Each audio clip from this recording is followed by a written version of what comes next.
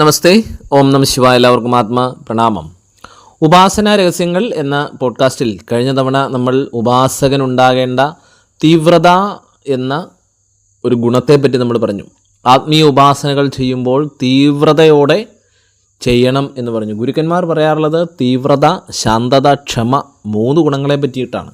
നമ്മളൊരു ഗുരുവിൽ നിന്ന്, ഒരു പരമ്പരയിൽ നിന്ന് യഥാവിധി മന്ത്രോപദേശമോ ഉപാസനകളോ യോഗസാധനകളോ ക്രിയായോഗ സാധനകളോ കുണ്ടലിനി യോഗാക്രിയകളോ അല്ലെങ്കിൽ തന്ത്രയോഗാക്രിയകളോ ഏത് ആധ്യാത്മിക പരിശീലനവുമാകട്ടെ, അതൊരു ഗുരുവിൽ നിന്ന്, പരമ്പരയിൽ നിന്ന്, ഒരു ആചാര്യയിൽ നിന്ന് സ്വീകരിച്ചു കഴിഞ്ഞാൽ നമ്മൾ അടുക്കും ചിട്ടയും നിഷ്ഠയും ദിനചര്യയുമുള്ള ഒരു ജീവിതം നമ്മൾ തയ്യാറാക്കിക്കൊണ്ട് രാവിലെ തന്നെ ബ്രഹ്മമുഹൂർത്തം 4 മണി മുതൽ 6 മണി വരെയുള്ള സമയത്തിനിടയ്ക്ക് സാധന ചെയ്യുന്നത് ഉത്തമമാണെന്ന് കഴിഞ്ഞ പോഡ്കാസ്റ്റുകളിൽ നമ്മൾ പറഞ്ഞു. അപ്പോൾ ഇനി സാധന എങ്ങനെയാണ് ചെയ്യേണ്ടതെന്ന് നമ്മൾ പറഞ്ഞു. തീവ്രമായി നമ്മൾ ചെയ്യണം. കഴിഞ്ഞ തവണ നമ്മളൊരു ഉദാഹരണം പറഞ്ഞിരുന്നു. തീവ്രതയെപ്പറ്റി സംശയം ചോദിച്ച ഒരു ശിഷ്യനെ ഗുരു ഒരു പുഴയിൽ കൊണ്ടുപോയി തീവ്രത എന്താണെന്ന് ബോധ്യപ്പെടുത്തുന്ന രസകരമായൊരു കഥ കഴിഞ്ഞ തവണ പറഞ്ഞിരുന്നു. അത് ശാന്തത എന്നുള്ളൊരു ഗുണത്തെ പറ്റിയിട്ടാണ്. പലപ്പോഴും സാധകന്മാർ തീവ്രമായി സാധന ചെയ്യും. 2-3 മണിക്കൂറും ഒക്കെ ഒറ്റ സിറ്റിങ്ങിൽ അവർ ഉപാസന ചെയ്യാറുണ്ട്. പക്ഷേ പലർക്കും ശാന്തത ഉണ്ടാവാറില്ല. ശാന്തത എന്ന് പറഞ്ഞാൽ എന്താണ്? തീവ്രമായി നമ്മൾ സാധന ചെയ്യുമ്പോഴും ശാന്തമായിട്ടിരിക്കാൻ നമുക്ക് സാധിക്കണം. ശാന്തത വളരെ വലിയ ഒരു ക്വാളിറ്റി ആയിട്ടാണ് പറയുക. ഉപാസനയിൽ വളരെ വലിയൊരു ക്വാളിറ്റിയാണ് ശാന്തത എന്ന് പറയുന്നത്. പണ്ടൊരിക്കൽ ഒരു കഥ പറയുന്നുണ്ട്. ഒരു ഗുരുവും ശിഷ്യനും കൂടി ഒരു ദീർഘദൂര യാത്ര ചെയ്യുകയായിരുന്നു. അപ്പോൾ യാത്രക്കിടയിൽ അവർക്ക് വളരെയധികം ദാഹിച്ചു വലഞ്ഞു. അപ്പോൾ വഴിയിലൊരു ചെറിയ കുളം കണ്ടു. വെള്ളം കുടിക്കാനായി ഗുരു ശിഷ്യനെ അങ്ങോട്ട് അയച്ചു. ഈ വെള്ളം കുടിച്ചിട്ട് കുറച്ച് വെള്ളം എനിക്ക് കോരിക്കൊണ്ട് വരിക. ഗുരു അവിടെ ഒരു ആൽമരത്തിന് ചുവട്ടിലിരിക്കുകയാണ്. തൊട്ട് താഴെയാണ് ഈ ഒരു കുളം കണ്ടത്. അപ്പോൾ കുളത്തിലേക്ക് ചെന്ന ശിഷ്യൻ കുളം ആകെ കലങ്ങി മറിഞ്ഞിരിക്കുന്നതായിട്ടാണ് കണ്ടത്. അപ്പോൾ അവിടെ മറ്റ് മൃഗങ്ങളോ എന്തൊക്കെയോ വന്ന് വെള്ളം കുടിച്ചിട്ട് പോയ ഒരു സമയത്താണ് ശിഷ്യൻ ചെല്ലുന്നത്. അപ്പോൾ അത് വന്ന് വെള്ളം കുടിച്ചതുകൊണ്ട്, ഇത് വെള്ളത്തിലിറങ്ങി കുളിച്ചതുകൊണ്ട് അടിയിൽ കിടക്കുന്ന ചെളിയെല്ലാം മുകളിലേക്ക് പൊന്തി വന്നിരിക്കുകയാണ്. അപ്പോൾ ശിഷ്യൻ തിരിച്ചു വന്ന് ഗുരുവിനോട് പറഞ്ഞു, ഗുരു, വെള്ളം കലങ്ങിക്കിടക്കുകയാണ്. മൃഗങ്ങൾ വെള്ളം കുടിക്കുന്നതിനൊപ്പം തന്നെ അതിൻ്റെ അകത്തിറങ്ങി നിന്ന് കാണും. അപ്പോൾ അതൊരു പക്ഷേ അതുകൊണ്ട് വെള്ളം കലങ്ങിയിരിക്കുകയാണ്. ഇപ്പോൾ ഇത് കുടിക്കാൻ പറ്റില്ല, നിറയെ ചെളിയാണ്. അപ്പോൾ ഗുരു പറഞ്ഞു, ശരി, നീ ഇവിടെ ശാന്തമായിട്ട് നീ ഇവിടെ ഇരിക്കൂ, കാത്തിരിക്കൂ. നീ ഒരു 1/2 മണിക്കൂർ കഴിഞ്ഞ് നീ വീണ്ടും ചെല്ലുക. അങ്ങനെ 1/2 മണിക്കൂർ കഴിഞ്ഞു. ശിഷ്യൻ വീണ്ടും പോയി നോക്കിയപ്പോൾ വെള്ളം കലങ്ങി തന്നെയാണ് ഇരിക്കുന്നത്. അപ്പോൾ ഗുരുവിനോട് പറഞ്ഞു, ഗുരു, വീണ്ടും കലങ്ങിയിരിക്കുകയാണ്, നല്ല ചെളിയുണ്ട്, അത് ആയിട്ടില്ല. അപ്പോൾ ഗുരു പറഞ്ഞു, നീ ഇവിടെ ഇരുന്നതിനെ നിരീക്ഷിക്കൂ, നീ ശാന്തമായിട്ട് അതിനെ ഒന്ന് നിരീക്ഷിക്കൂ, എന്താണെന്നുള്ളത് നിനക്ക് അറിയാൻ പറ്റും.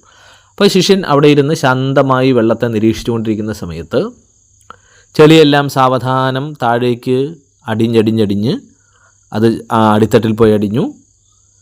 മുകളിലത്തെ വെള്ളം വളരെ ശുദ്ധവും പരിപാവനവുമായിട്ട് തീർന്നു. അത് കുടിക്കാൻ തക്ക പാകത്തിലായിട്ട് തീർന്നു.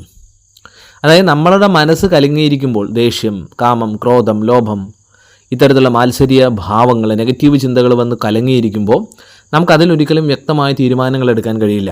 എന്നാൽ ശാന്തത പാലിച്ചാൽ അല്പസമയത്തിനുള്ളിൽ നമ്മളുടെ അസ്വസ്ഥതകളെല്ലാം മാറി നമ്മളുടെ മനസ്സ് തെളിയും. അപ്പോൾ ശാന്തമായിട്ടിരിക്കാൻ പറ്റണം, അല്ലേ? ശാന്തതയോടുകൂടി ഇരിക്കാൻ പറ്റണം. ഒരു ഉപാസന നമ്മൾ തീവ്രമായി ചെയ്യുമ്പോഴും ശാന്തമായിട്ട് അതിനുശേഷമുള്ള അനുഭൂതികളെ നിരീക്ഷിക്കാനുള്ള കഴിവ് വേണം. ശാന്തത ഒരു നിരീക്ഷണം കൂടിയാണ്. പലരും ചില പ്രത്യേക മന്ത്രജപങ്ങളൊക്കെ ഒരുപാട് ചെയ്യും, അത് പെട്ടെന്ന് എഴുന്നേറ്റ് പോകും. അല്ലെങ്കിൽ നല്ല പ്രാണായാമങ്ങൾ കൂടുതൽ സമയം ചെയ്യും. പ്രാണായാമം തീർന്നുടനെ, ലാസ്റ്റ് റൗണ്ട് തീർന്നുടനെ എഴുന്നേറ്റ് പോകും. അങ്ങനെ ഇരുന്നിട്ട് കാര്യമില്ല. അതിനുശേഷം നിങ്ങൾ മന്ത്രജപമാണോ ചെയ്തത്, പ്രാണായാമമാണോ ചെയ്തത്, ധ്യാനമാണോ ചെയ്തത്, മറ്റേത് ഉപാസനകളാണോ ചെയ്തത്, അത് തീവ്രമായി നിങ്ങൾ ചെയ്തു. പക്ഷേ ശാന്തമായി അതിനെ നിങ്ങൾക്ക് നിരീക്ഷിക്കാൻ സാധിച്ചില്ലെങ്കിൽ അതിൻ്റെ ഫലം എന്താണെന്ന് നമുക്ക് അറിയാനായിട്ട് സാധിക്കില്ല. ശാന്തതയുമായി കണക്ട് ചെയ്ത് വരുന്ന മറ്റൊരു ഗുണമാണ് ക്ഷമ എന്ന് പറയുന്നത്. ശാന്തമായി തീവ്രമായി സാധന ചെയ്യണം, ശാന്തമായി അതിനെ നിരീക്ഷിക്കണം, ക്ഷമാപൂർവം കാത്തിരിക്കണം. 3 ഗുണങ്ങളാണ്.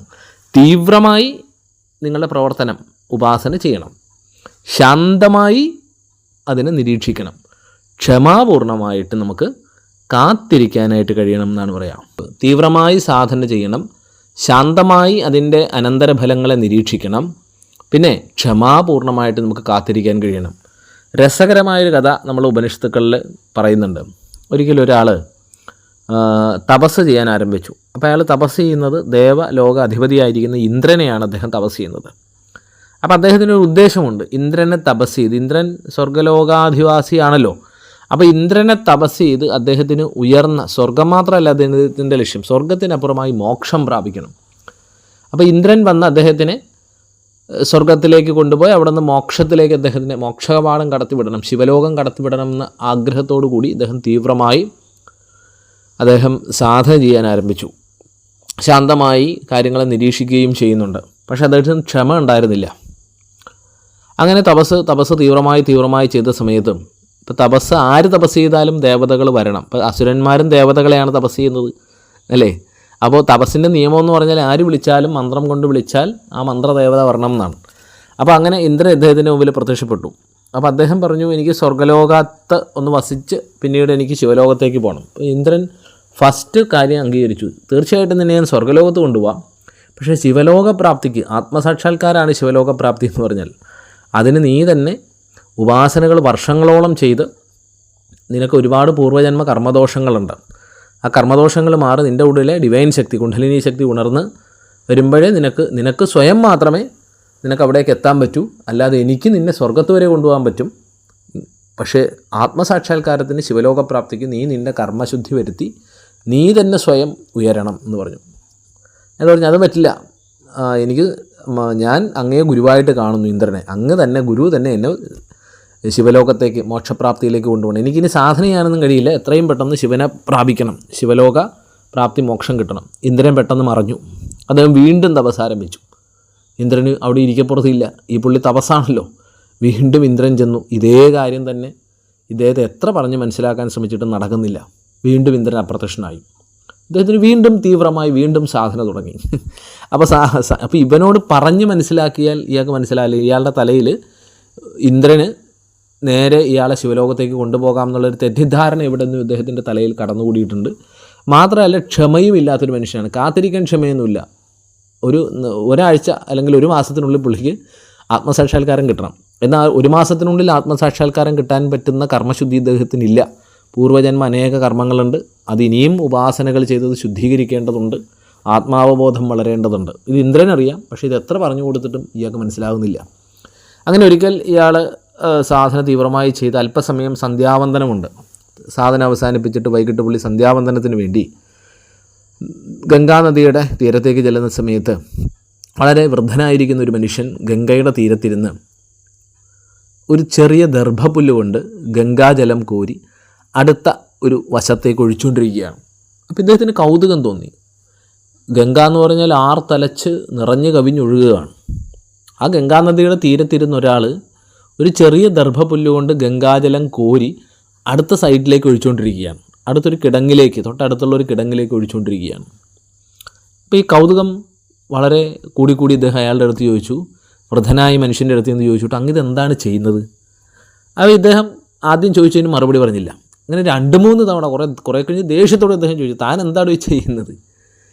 അപ്പോൾ ആ വൃദ്ധൻ ഇദ്ദേഹത്തെ നോക്കിക്കൊണ്ട് പറഞ്ഞു, ഞാൻ ഈ ഗംഗാനദിയിലെ ജലം വറ്റിക്കാൻ പോവാണ്. ഇത് കേട്ടപാടെ ഇദ്ദേഹത്തിന് ചിരിയായി. കാരണം ഇദ്ദേഹം എന്തു വെച്ചാൽ വറ്റിക്കാൻ ശ്രമിക്കുന്നത്, ചെറിയൊരു ദർഭപ്പുല്ല് കൊണ്ട് ഗംഗയിലെ ജലം കോരിയെടുക്കുകയാണ്. അപ്പോൾ അതിൽ കിട്ടുന്ന പോലുമില്ല, ഒരു ദർഭപ്പുല്ലല്ലേ, കിട്ടുന്ന പോലുമില്ല, ഒരു തുള്ളി പോലും അതിൻ്റെ അകത്ത് വരുന്നില്ല. എന്നിട്ട് ഇപ്പുറത്തേക്ക് ഒഴിച്ചുകൊണ്ടിരിക്കുകയാണ്. അപ്പോൾ ചോദിച്ചു, താൻ എന്ത് മണ്ടനാണ്, ഇത്രയും വലിയ ഗംഗാനദി, ഇത്രയും കുലംകുത്തി ഒഴുകുന്ന ജലം ദർഭപ്പുല്ലിൽ തനിക്ക് കോരിയിട്ട് കിട്ടുന്ന പോലുമില്ല, ഒരു തുള്ളിയുടെ ഒരു 10-ൽ 1 അംശം മാത്രമാണ് അതിലുള്ളത്. അത് താൻ അപ്പുറത്തേക്ക് ഒഴിക്കുമ്പോഴേ അത് മണ്ണിൽ അലിഞ്ഞു പോവുകയാണ്. എന്ത് മഠയത്തരമാണ് താൻ ചിന്തിക്കുന്നത്, ദർഭപ്പുല്ല് കൊണ്ട് ഗംഗാനദി വറ്റിക്കാമെന്നുള്ളതോ? തന്നെപ്പോലൊരു മണ്ടൻ ലോകത്തില്ല എന്ന് വൃദ്ധനെ ഇയാൾ കളിയാക്കി. അപ്പോൾ വൃദ്ധൻ കുലുകുലെ ചിരിച്ചുകൊണ്ട് പറഞ്ഞു, എന്നെക്കായി വലിയ മണ്ടന്മാരുണ്ട്. അവർ ആത്മസാക്ഷാത്കാരം നേടാൻ, ചുളുവിൽ ആത്മസാക്ഷാത്കാരം നേടാൻ സാധനയൊന്നും ചെയ്യാതെ ഏതെങ്കിലും ഒരു ഇന്ദ്രനെയൊക്കെ വിളിച്ചുകൊണ്ട് അവരുടെ കൈപിടിച്ച് നേരെ ശിവലോകപ്രാപ്തി ആത്മസാക്ഷാത്കാരത്തിലേക്ക് പോകാം എന്ന് വിചാരിക്കുന്ന മണ്ടന്മാരുണ്ട്. അവരോട് എത്രത്തോളം പറഞ്ഞു കൊടുത്താലും, ഇന്ദ്രൻ വന്ന് പറഞ്ഞാൽ പോലും അവനത് ഉൾക്കൊള്ളുന്നില്ല. അവൻ്റെ അന്ധമായ വിശ്വാസത്തിലാണ്. കാരണം ഉപാസന ചെയ്യാതെ ഇന്ദ്രന് അല്ലെങ്കിൽ ഒരു ഗുരുവിന് നേരിട്ട് അവനെ സാക്ഷാത്കാരത്തിലേക്ക് നയിക്കാൻ സാധിക്കുമെന്നാണ് അവൻ തെറ്റായി ധരിക്കുന്നത്. അവനല്ലേ എന്നേക്കായി വലിയ മണ്ടൻ, ദർഭപ്പുല്ലുകൊണ്ട് ഗംഗാ നദി വറ്റിക്കാൻ ശ്രമിക്കുന്ന എന്നേക്കായി വലിയ മണ്ടൻ. ആത്മസാക്ഷാത്കാരം നേടാൻ ഉപാസനയില്ലാതെ ആരുടെയെങ്കിലും ചുളുവിൽ, ഒരു ഗുരുവിൻ്റെ ചുളുവിൽ കൈപിടിച്ച് നേരെ പോകാമെന്ന് വിചാരിക്കുന്നവനാണ് ഏറ്റവും വലിയ വിഡ്ഢി എന്ന് ഇദ്ദേഹം പറഞ്ഞു. അപ്പോൾ ഇദ്ദേഹത്തിന് വന്ന ആളെ മനസ്സിലായി, തൻ്റെ തെറ്റും മനസ്സിലായി. ഇന്ദ്രൻ എത്ര തവണ പറഞ്ഞു കൊടുത്തിട്ടും മനസ്സിലായില്ല. പുള്ളിക്ക് വാശി, ഇന്ദ്രൻ തന്നെ ഗുരുവാക്കി തന്നെ ആത്മസാക്ഷാത്കാരത്തിലേക്ക് കൊണ്ടുപോകണം. അപ്പോൾ അദ്ദേഹത്തിന് കാര്യം ക്ലിക്കായി. ശരിയാണല്ലോ. അപ്പോൾ ഇദ്ദേഹത്തിന് മനസ്സിലായി വന്ന ഈ ഒരു വൃദ്ധൻ സാധാരണക്കാരനല്ല. അപ്പോൾ അദ്ദേഹത്തിന് തെറ്റ് മനസ്സിലായി, ഇന്ദ്രനാണെന്ന് മനസ്സിലായി. ഉപാസന ചെയ്യുന്ന ആളല്ലേ, തിരിച്ചറിവുണ്ടാകും ഉള്ളിൽ. ചെറിയ അഹങ്കാരം, ചെറിയ വാശി ഉണ്ടെങ്കിലും ഉള്ളിൽ ആത്മീയതയുടെ ഗുണങ്ങളുണ്ടായിരിക്കും. അദ്ദേഹം ഉടനെ ഓടിച്ചെന്ന് അദ്ദേഹത്തിൻ്റെ പാദത്തിൽ വീണു. അപ്പോൾ ഇന്ദ്രൻ ആ വൃദ്ധൻ്റെ രൂപം മാറ്റി ഇന്ദ്രൻ ശരിയായ രൂപത്തിൽ വന്നു. അദ്ദേഹം പറഞ്ഞു, എനിക്ക് മനസ്സിലായി, എൻ്റെ തെറ്റ് മനസ്സിലായി. അങ്ങനെ ഈ കാര്യം ബോധ്യപ്പെടുത്താനാണല്ലോ ഈ ഗംഗാനദി വറ്റിക്കുന്ന ഒരു വൃദ്ധൻ്റെ രൂപത്തിൽ, ദർഭപ്പുല്ല് കൊണ്ട് വറ്റിക്കുന്ന വൃദ്ധൻ്റെ രൂപത്തിൽ വന്ന് ഞാൻ മനസ്സിലാക്കുന്നു. എനിക്ക് തീവ്രതയുണ്ട്, ശാന്തതയുണ്ട്, പക്ഷേ എനിക്ക് ക്ഷമയില്ല. ഏതാനും ദിവസം കൊണ്ട് ആത്മസാക്ഷാത്കാരം കിട്ടും എന്ന് വിചാരിച്ചിരിക്കുന്ന ഞാൻ മഠയനാണ്, ക്ഷമയില്ലാത്തവനാണ്. അനേക ജന്മങ്ങളിലെ കർമ്മദോഷങ്ങളും പാവങ്ങളും അജ്ഞാനവും എനിക്കുണ്ട്. ആ കർമ്മദോഷങ്ങൾ എരിയാതെ ഒരു ഗുരുവിനും എന്നെ ആത്മസാക്ഷാത്കാരത്തിലേക്ക് എത്തിക്കാൻ സാധിക്കില്ല. തീർച്ചയായിട്ടും ഗുരുവിന് ആത്മീയപാത തുറന്നു തരാനാണ് സാധിക്കുക. ആ പാതയിലൂടെ പോയി ഉപാസന ചെയ്ത് കർമ്മശുദ്ധി വരുത്തി ആത്മസാക്ഷാത്കാരത്തിലേക്ക് പോകേണ്ടത് നമ്മുടെ ഓരോരുത്തരുടെയും ഉത്തരവാദിത്വമാണ്. ഗുരു ഓരോ ഘട്ടത്തിലും നമ്മളെ സഹായിക്കും, പക്ഷേ അതിനുള്ള എഫർട്ട് നമ്മൾ എടുക്കണം. അദ്ദേഹത്തിന് കാര്യങ്ങൾ മനസ്സിലായി. ഇന്ദ്രനെ ഗുരുവായി അദ്ദേഹം സ്വീകരിച്ചു. അദ്ദേഹം ആത്മസാക്ഷാത്കാര വിദ്യ ഇന്ദ്രൻ പഠിപ്പിച്ചു കൊടുത്തു. അങ്ങനെ ആ ഉപാസനയിലൂടെ ഏതാനും വർഷങ്ങൾ കൊണ്ട് അദ്ദേഹം ശിവലോകപ്രാപ്തി, ആത്മസാക്ഷാത്കാരം ജ്ഞാനിയായി തീർന്നു എന്നുള്ളതാണ് കഥ. അപ്പോൾ തീവ്രമായി നമ്മൾ ഉപാസന ചെയ്യുകയും ശാന്തമായി അതിൻ്റെ ഫലങ്ങളെ നിരീക്ഷിക്കുകയും ക്ഷമാപൂർണമായിട്ട് കാത്തിരിക്കാനും നമുക്ക് കഴിയണം. പണ്ടൊരിക്കൽ നാരദ മഹർഷി ഒരു കാട്ടിലൂടെ സഞ്ചരിക്കുന്ന സമയത്ത് ഇതേപോലെ 2 പേരെ കാട്ടിൽ കാണുന്നു. തൊട്ടടുത്തടുത്ത പർണശാലകൾ പണിത് അവർ ആ പർണശാലയ്ക്ക് മുമ്പിലുള്ള, ആശ്രമത്തിന് മുമ്പിലുള്ള ഒരു ആൽമരത്തിന് കീഴെ ഉപാസന ചെയ്യാനിരിക്കുകയാണ്.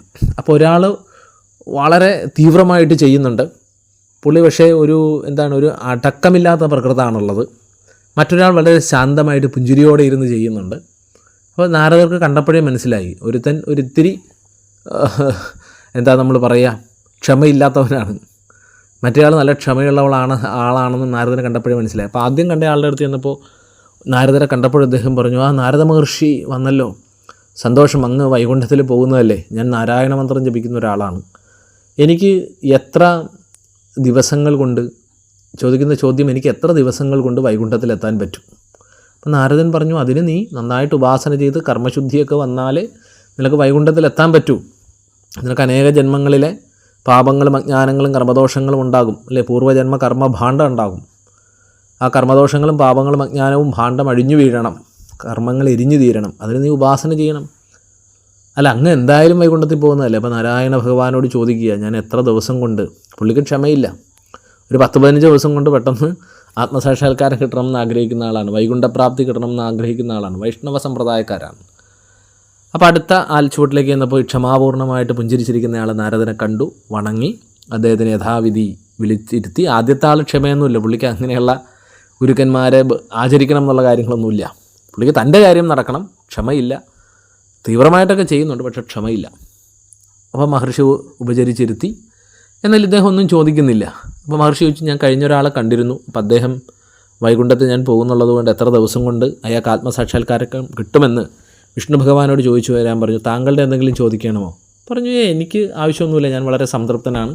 എപ്പോഴാണോ ഭഗവാന്റെ ഇച്ഛ അപ്പോൾ അദ്ദേഹം എനിക്ക് വൈകുണ്ഠ ലോകപ്രാപ്തി തരട്ടെ. ഞാൻ കാത്തിരിക്കാൻ, ക്ഷമാപൂർവ്വം ഇരിക്കാൻ തയ്യാറാണ്.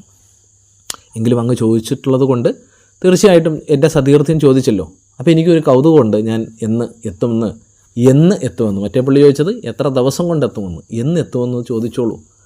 അങ്ങനെ മഹർഷി വൈകുണ്ഠത്തിൽ പോയി കുറച്ച് നാൾ കഴിഞ്ഞ് തിരിച്ചു വന്നപ്പോൾ ആദ്യത്തെ ക്ഷമയില്ലാത്ത ആളുടെ അടുത്ത് ചെന്നു. അപ്പോൾ ഇദ്ദേഹത്തെ കണ്ട വഴി തന്നെ ആൾ ഓടി വന്ന് ചോദിച്ചു, മഹർഷി വൈകുണ്ഠത്തിൽ വിഷ്ണു ഭഗവാനോട് ചോദിച്ചോ ഞാൻ എത്ര ദിവസം കൊണ്ടെത്തുമെന്ന്?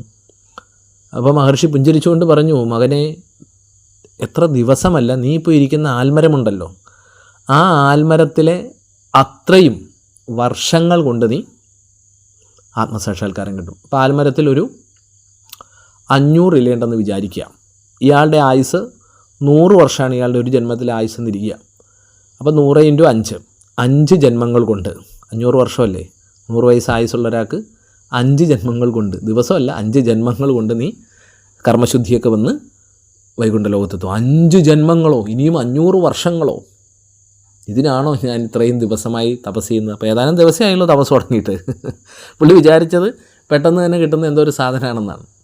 അദ്ദേഹം ഉടനെ തപസ്സുമൊക്കെ കമണ്ടലുമൊക്കെ എറിഞ്ഞ് യോഗദണ്ഡമൊക്കെ എറിഞ്ഞ് കാഷായമൊക്കെ ഉപേക്ഷിച്ച് ദേഷ്യപ്പെട്ട് പോയെന്നാണ് ആ കഥ.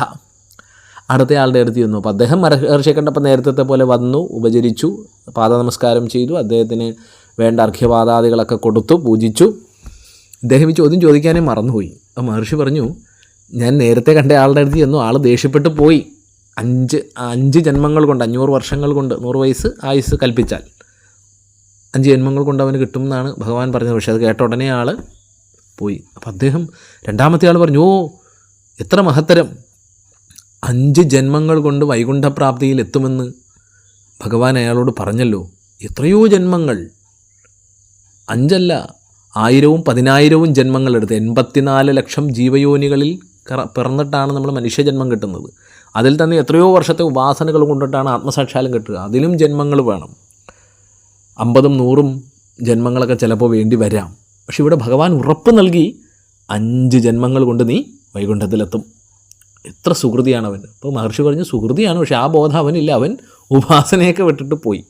നിൻ്റെ കാര്യവും ഞാൻ ചോദിച്ചു. ഭഗവാൻ പറഞ്ഞു, ആദ്യത്തെ ആളേക്കാൾ കൂടുതൽ കർമ്മം ഇയാൾക്കുണ്ട്, പൂർവ്വജന്മ കർമ്മദോഷങ്ങളുണ്ട്. നിനക്ക് ഒരു 20 ജന്മം വേണം. എന്ത് ഈ വൈകുണ്ഠപ്രാപ്തിയിലെത്താം. മറ്റവൻ 5 ജന്മം മതി, ഇയാൾക്ക് എത്ര ജന്മം വേണം? 20 ജന്മങ്ങൾ വേണം. ഇദ്ദേഹത്തിൻ്റെ കണ്ണിൽ നിന്ന് കണ്ണുനീർ വന്നു. ഓ എനിക്ക് ഭഗവാനിൽ നിന്ന് ഉറപ്പ് കിട്ടി, 20 അല്ല ചിലപ്പോൾ 100ഉം 500ഉം ജന്മങ്ങൾ വേണ്ടി വരുന്ന കാലത്ത് ഭഗവാൻ ഒരു ഉറപ്പ് തന്നു, 20 ജന്മങ്ങൾ കൊണ്ട് ഞാൻ എവിടെ എത്തും? ഭഗവാനിലെത്തുമെന്ന് അദ്ദേഹം ഉറപ്പ് തന്നു. ഇതിൽ പരം ഒരു സന്തോഷമില്ല, ആനന്ദമില്ല. മഹർഷിയെ നന്ദി എന്നും പറഞ്ഞ് മഹർഷിയുടെ പാദങ്ങൾ വീണു. കഥ അപ്പോൾ പറയുന്നത് അദ്ദേഹത്തിൻ്റെ ആ ഒരു ഭക്തി, അദ്ദേഹത്തിൻ്റെ ആ ഒരു സമർപ്പണം, അദ്ദേഹത്തിൻ്റെ ആ ഒരു തീവ്രതയും ശാന്തതയും ക്ഷമാപൂർണവുമായ കാത്തിരിക്കാനുള്ള അദ്ദേഹത്തിൻ്റെ ആ കഴിവ്, ആ മനോഭാവം കണ്ടിട്ട് ഭഗവാൻ അവിടുന്ന് വൈകുണ്ഠ ലോകത്ത് നിന്ന് രഥം അയച്ചു എന്നുള്ളതാണ് പറയുക. അദ്ദേഹത്തെ വൈകുണ്ഠത്തിലേക്ക് അപ്പോൾ തന്നെ അദ്ദേഹത്തിൻ്റെ പൂർണ്ണമായ ഡെഡിക്കേഷൻ, സമർപ്പണം, ക്ഷമ കൊണ്ട് അദ്ദേഹത്തെ കൂട്ടിക്കൊണ്ടുപോയി എന്നുള്ളതാണ് കഥ. മനസ്സിലായോ? അപ്പോൾ ഇത് കഥകളാണ്, തത്വം നമുക്ക് പറഞ്ഞു തരാൻ വേണ്ടിയുള്ള കഥകളാണിതെല്ലാം. അപ്പോൾ നമ്മൾ ഉപാസന ചെയ്യുമ്പോൾ യഥാവിധി ഒരു ഗുരുവിൽ നിന്ന്, പരമ്പരയിൽ നിന്ന് കുണ്ഡലിനി ക്രിയയോ ശരയോഗമോ ശിവരാജയോഗമോ തന്ത്രയോഗമോ മന്ത്രയോഗമോ യന്ത്രയോഗമോ പ്രാണയോഗമോ ജപയോഗമോ ധ്യാനയോഗമോ ഏതും യഥാവിധി പഠിച്ച് അത് നിത്യജീവിതത്തിൽ അടുക്കും ചിട്ടയും നിഷ്ഠയോടും ദിനചര്യയോടും കൂടി അതിരാവിലെ തന്നെ ഉപാസിച്ച്, എങ്ങനെ ഉപാസിക്കണം? തീവ്രമായി ചെയ്യുന്നത് പൂർണ്ണമായി മുഴുകിയായിരിക്കണം. ശാന്തമായി അനുഭവങ്ങളെ നിരീക്ഷിക്കാനുള്ള കഴിവ്, ക്ഷമാപൂർണം കാത്തിരിക്കാൻ ഉള്ള കഴിവ്. അനുഭവം ഉണ്ടാവട്ടെ, അനുഭവം ഇല്ലാതാവട്ടെ, ഞാൻ എൻ്റെ കർമ്മം ശരിയായി ചെയ്യും. അങ്ങനെ ആ ഒരു മനോഭാവത്തോടു കൂടി ഉപാസന ചെയ്താൽ വളരെ വേഗത്തിൽ നമുക്ക് റിസൾട്ട് കിട്ടും എന്നുള്ളതാണ് ഗുരുക്കന്മാർ പറയുന്നത്. അതിനാണ് ഈ കഥകൾ പറഞ്ഞത്. കൂടുതൽ കാര്യങ്ങൾ അടുത്ത പോഡ്കാസ്റ്റിൽ പറയാം. നമസ്തേ. ഓം നമഃ ശിവായ.